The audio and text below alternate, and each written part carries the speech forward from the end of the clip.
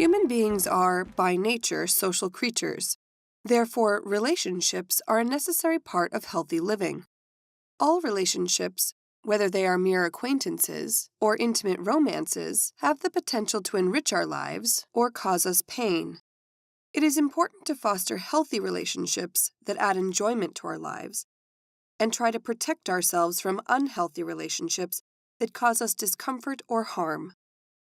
But what makes a relationship healthy or unhealthy? Sometimes it can be difficult to tell, especially if we don't step back and take an objective look at how the relationship functions.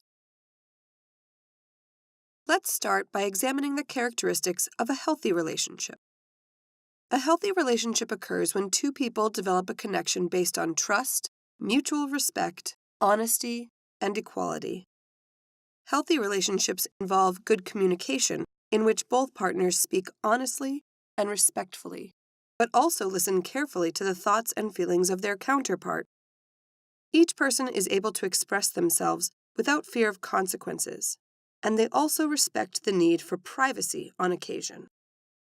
People in healthy relationships are supportive of one another and encourage each other to maintain their separate identities because they honor the unique strengths that each individual brings to the table. This means each person maintains relationships with other friends and family members, and that they each have activities apart from one another. At the same time, they take an interest in the other's activities. Healthy relationships sometimes involve compromise, in which each individual sacrifices a little for the sake of the other. People in healthy relationships respect personal boundaries, however, so one would never ask the other to compromise when it comes to core values or beliefs. There is no such thing as a perfect relationship, and all relationships require effort from both participants to find balance and harmony. Arguments can happen even in healthy relationships, but a hallmark of healthy relationships is that conflicts are resolved fairly, without name-calling, threats, or physical violence. Every relationship will have rough patches that require extra effort in order to persevere. Nevertheless, healthy relationships should bring more happiness than stress into your life. Unhealthy relationships, by contrast, cause tension and pressure that is hard to avoid. This stress is unhealthy for both involved in the relationship and can lead to problems in other areas of life. Following are the signs of an unhealthy or abusive relationship. In an unhealthy relationship, one or both individuals display possessiveness over the other. They may have trouble trusting each other or respecting the privacy of one another. There may be attempts by one to control the other by dictating which activities they participate in or which people they are allowed to spend time with. Unhealthy relationships involve manipulation, in which one pressures the other to change who they are, do things they don't want to do, or quit activities they usually enjoy. During arguments or disagreements, individuals in unhealthy relationships use mean language, insults, and put-downs to make the other feel badly about themselves. There may even be instances of physical abuse or violence. Unhealthy relationships lack fairness or equality, so one person's desires or opinions are valued over the others. At times, all relationships might display some of the characteristics just mentioned. If that's the case, it just means you have some work to do to improve the relationship. Unhealthy relationships, on the other hand, exhibit these issues most of the time. If you are in an unhealthy relationship, it may be necessary to seek professional help from a counselor or mental health provider to find a solution to the challenges of your relationship. In more extreme cases of emotional or physical abuse, it is necessary to get out of the relationship. It is not always easy to end relationships, especially unhealthy and abusive ones. But if you are in a troubled relationship, there are people who can help. Call the National Domestic Violence Hotline at 1-800-799-SAFE or visit womenslaw.org for a state-by-state directory of domestic violence shelters. Fostering healthy relationships is important with family members, friends, and with romantic partners as well. Whether you are married or just dating, you will be happier if your relationship exhibits the traits of a healthy partnership. Some, but not all romantic relationships involve sex. When a relationship progresses to that level, it is especially important to ensure that both parties are participating in healthy relationship habits. Communication becomes particularly crucial when it comes to sex. In a healthy relationship, before any sexual acts take place, both partners agree which activities are okay and give their consent. Consent means that a person says yes without any coercion or convincing necessary. If a person is unable to say no because they are afraid or under the influence of alcohol or drugs, that does not equate to consent. Engaging in sexual activities without explicit consent from your partner can have both emotional and legal consequences. When it comes to sex, it's best to hear a definitive yes from your partner before you proceed. Remember that giving consent initially does not mean that a person cannot change their mind later. In a healthy sexual relationship, each partner will periodically check in with the other to make sure that both individuals are still okay engaging in sexual activities. Just because you've had sex before does not mean you have to continue having sex in the current relationship or in any future relationships you might have. You always have the option of saying no to sex. In addition to giving consent, partners in a healthy relationship will also discuss the risks associated with having sex and how to protect each other from these risks before engaging in sexual activities. Following are some of the risks or possible consequences associated with having sex: pregnancy, sexually transmitted infections and diseases, emotional risks, and potential legal consequences. Some of these risks are pretty obvious, while others might need some clarification. Just to be safe, we will discuss each of these risks individually, as well as the methods you can use to protect yourself and your partner. The first risk of sex we mentioned is pregnancy. Some people engage in sex for the purpose of getting pregnant, but chances are, if you're a teenager, this is not your goal. Getting pregnant and becoming a parent as a teenager is not an ideal situation for anyone. Both the teenage parents, their families, and the new baby will face struggles financially, socially, and emotionally. For so many reasons, it is best to wait until you have finished school and have established your career goals before embarking on the challenging path of being a parent.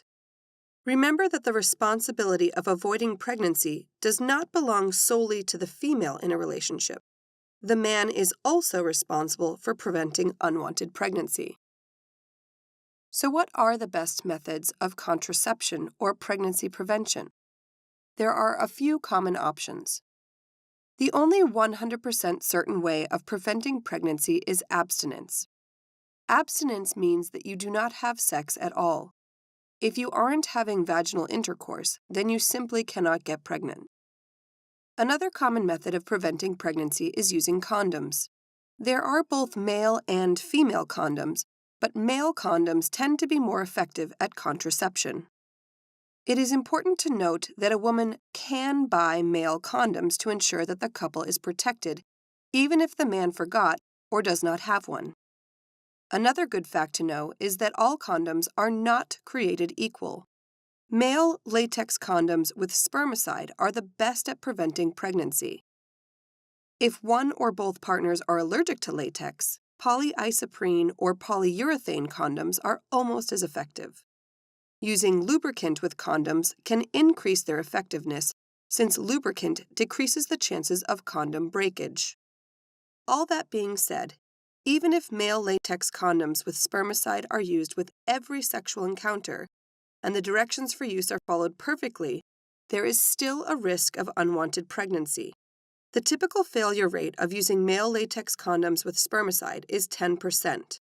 That means that even when using these condoms, on average, 1 in 10 women will still get pregnant. If you do choose to have sex and you are using condoms for contraception, It is very important to use them every time from start to finish. Planning sex around the fertile window in a woman's cycle is not an effective technique of preventing pregnancy, since ovulation can be unpredictable. Additionally, pulling out when a man ejaculates or comes, or only using a condom for climax, is also not an effective means of contraception.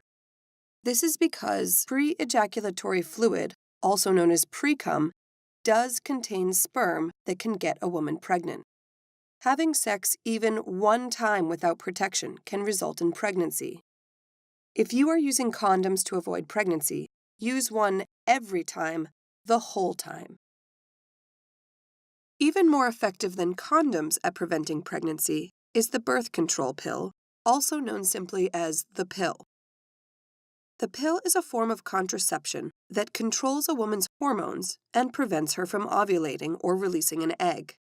If no egg is released, pregnancy cannot occur. When taking the pill for contraception, the woman must swallow a small pill once a day, every day, preferably at the same time every day. When taken perfectly, the pill is 99% effective at preventing pregnancy.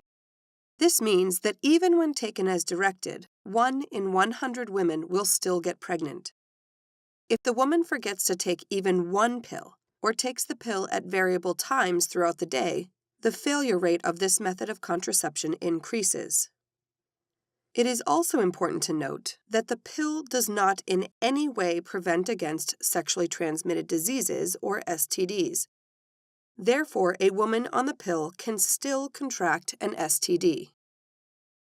That brings us to the second risk associated with having sex: contracting a sexually transmitted infection, or STI. This is sometimes more commonly known as a sexually transmitted disease, or STD. The only difference is that having a disease means you are showing symptoms of an infection. Many people can have an infection and spread it without showing any symptoms. Sexually transmitted infection is therefore a broader term that also includes those individuals who aren't showing any symptoms. For the purposes of this lesson, we will use the term sexually transmitted infection, or STI. There are many different kinds of STI that can range from bacterial to viral to parasitic in nature. STIs are spread through the contact of body fluids. This means fluids shared during vaginal, anal, and oral sex. Body fluids may include blood, breast milk, and any fluid produced by the penis or vagina. This includes the fluid on the head of the penis before a man ejaculates, also known as pre-cum. We will discuss some of the more common STIs, their specific symptoms and treatments in the next lesson. In this lesson, we will focus on some general strategies for preventing STIs. You will find that some of the strategies for preventing STIs are the same as the strategies for preventing pregnancy. The first method of preventing STIs is the same as the first method we mentioned for contraception: abstinence. The difference is that in order to prevent pregnancy, you must only abstain from vaginal intercourse. In order to avoid contracting an STI, you must practice abstinence from all forms of sex: vaginal sex, oral sex, and anal sex. Abstinence from all forms of sex is the only way to be 100% certain that you will not contract an STI.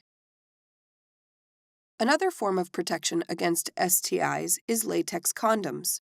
Condoms, however, only protect against certain STIs like chlamydia or gonorrhea. The failure rate of condoms against these types of STIs is typically about 12%. Lubricant can lower the failure rate by reducing breakage. There are certain STIs, like herpes, HPV, and pubic lice or crabs, that can be spread even though a condom is being used, because direct skin-to-skin contact occurs in areas that the condom does not cover. Condoms, therefore, are not a reliable way to protect yourself and your partner against all sexually transmitted infections. For certain viral STIs, like human papillomavirus and hepatitis B, vaccines can be administered prior to sexual contact in order to promote immunity to these infections. The CDC recommends routine HPV vaccinations for adolescents between the ages of 11 and 12. The World Health Organization recommends that all infants receive their first hepatitis B vaccine within 24 hours after birth, to be followed by 2 or 3 more doses to complete the series. You can check with your family physician to ensure that you have received these vaccinations. One of the most effective things you can do to avoid STIs, aside from practicing complete abstinence, is to insist that both you and any sexual partner you have gets tested for STIs before participating in any sexual acts. It can be an awkward subject to bring up, but when it comes to your lifetime health, it's a conversation worth having. You could say something like, "Can we get tested? I just want to make sure we both know our status before we take this to the next level." Sometimes a request like this can be met with opposition, or maybe even make your partner feel defensive. You can respond by saying, "I care too much about my own health and yours to risk not knowing for sure." Stand firm in your commitment to good sexual health. If your partner truly loves and respects you, and themselves, they will agree. It is important to get tested regularly because STIs are fairly common, and oftentimes you might not experience any symptoms right away or ever. Detecting an STI early can make treatment easier and prevent you from spreading it to others. Agreeing with your partner to practice mutual monogamy means you agree to only have sex with each other and no one else. This is a powerful way to avoid contracting STIs, especially if you've both been tested and know your status. If you or your partner aren't ready to commit to mutual monogamy, you can still reduce your risk of contracting an STI by limiting the number of sexual partners you have, getting tested regularly, and insisting that your partners are tested regularly. When it comes to sexually transmitted infections, early detection is crucial for treatment and preventing the spread of STIs. In addition to pregnancy and sexually transmitted infections, there are also emotional risks of having sex, especially at a young age. Some teenagers report feeling used after sex, while others feel guilt, regret, or shame. Some express lower self-worth or lower self-esteem and disappointment in themselves. Many teenagers worry about the possibility of pregnancy or contracting a sexually transmitted infection. This stress can be especially intense if the sex was unprotected. Some teenagers feel uneasy having to lie or hide their actions from parents, other family members, or friends, and this can create distance within formerly close relationships. Furthermore, that distance created in a relationship can make negative emotions even harder to bear if there is no one to share them with. Some teens may feel trapped in a romantic relationship once sex becomes part of the equation, or they may feel pressured to repeat sexual interactions even if they no longer want to. In this case, it's important to remember that you are never obligated to have sex with anyone, even if you are in a relationship or you have had sex before. Sex should always be an act upon which there is mutual consent. Teenage girls tend to report negative emotions following sexual encounters more often than do teenage boys. The reason for this could be that girls are just more comfortable sharing negative emotions, or because of the societal double standard that exists when it comes to sexual experience. Generally speaking, society tends to laud men for their sexual conquests, while women are more often shamed for participating in sexual acts. Regardless of this double standard, both teenage girls and teenage boys can experience a range of emotions following a sexual encounter. It's hard to know exactly what you might feel after engaging in sexual behavior. Some people may be overwhelmed by negative feelings, while others are not. Some people might experience negative emotions immediately, while for others, years may pass before they have any bad feelings. The important takeaway message here is that you know that negative emotions are a possible risk of engaging in sexual activity at a young age. If you are making a decision about whether to become sexually active, This might be valuable information to factor into your decision. If you are already sexually active, knowing that others have similar emotions to those you may have experienced can also be helpful. The final risk of sexual behavior that we will discuss in this lesson are potential legal consequences. We have already covered the topic of consent, but it is such an important concept that it seems necessary to address it again when we talk about the legality of sex. Many sexual partners have found themselves embroiled in court cases over sexual assault and rape that potentially could have been avoided with better communication and more sensitivity. Oftentimes, in sexual assault cases, females fill the role of victim and males the perpetrator. But that does not mean that males cannot or do not fall victim to unwanted sexual advances. The important message here is that both participants in a sexual encounter need to give and receive consent before continuing a sexual act. Consent means saying yes. The absence of a verbal no does not equal yes. It is important to listen both to verbal communication and to body language when assessing whether your partner wants to go a step further. Look for signs that your partner is leaving their comfort zone. And if you aren't comfortable, don't be afraid to speak up and tell your partner that you need to take it a little slower. If ever there is a doubt, just ask what your partner enjoys. Ask if they feel comfortable. Checking in occasionally could mean the difference in having a legal battle later. Furthermore, if the person you're with is not in their right state of mind because they've been drinking or doing drugs, they are not capable of giving their consent. It's better to wait until you are both lucid enough to make a rational decision before engaging in a sexual act. Waiting could save you a mess of legal trouble later.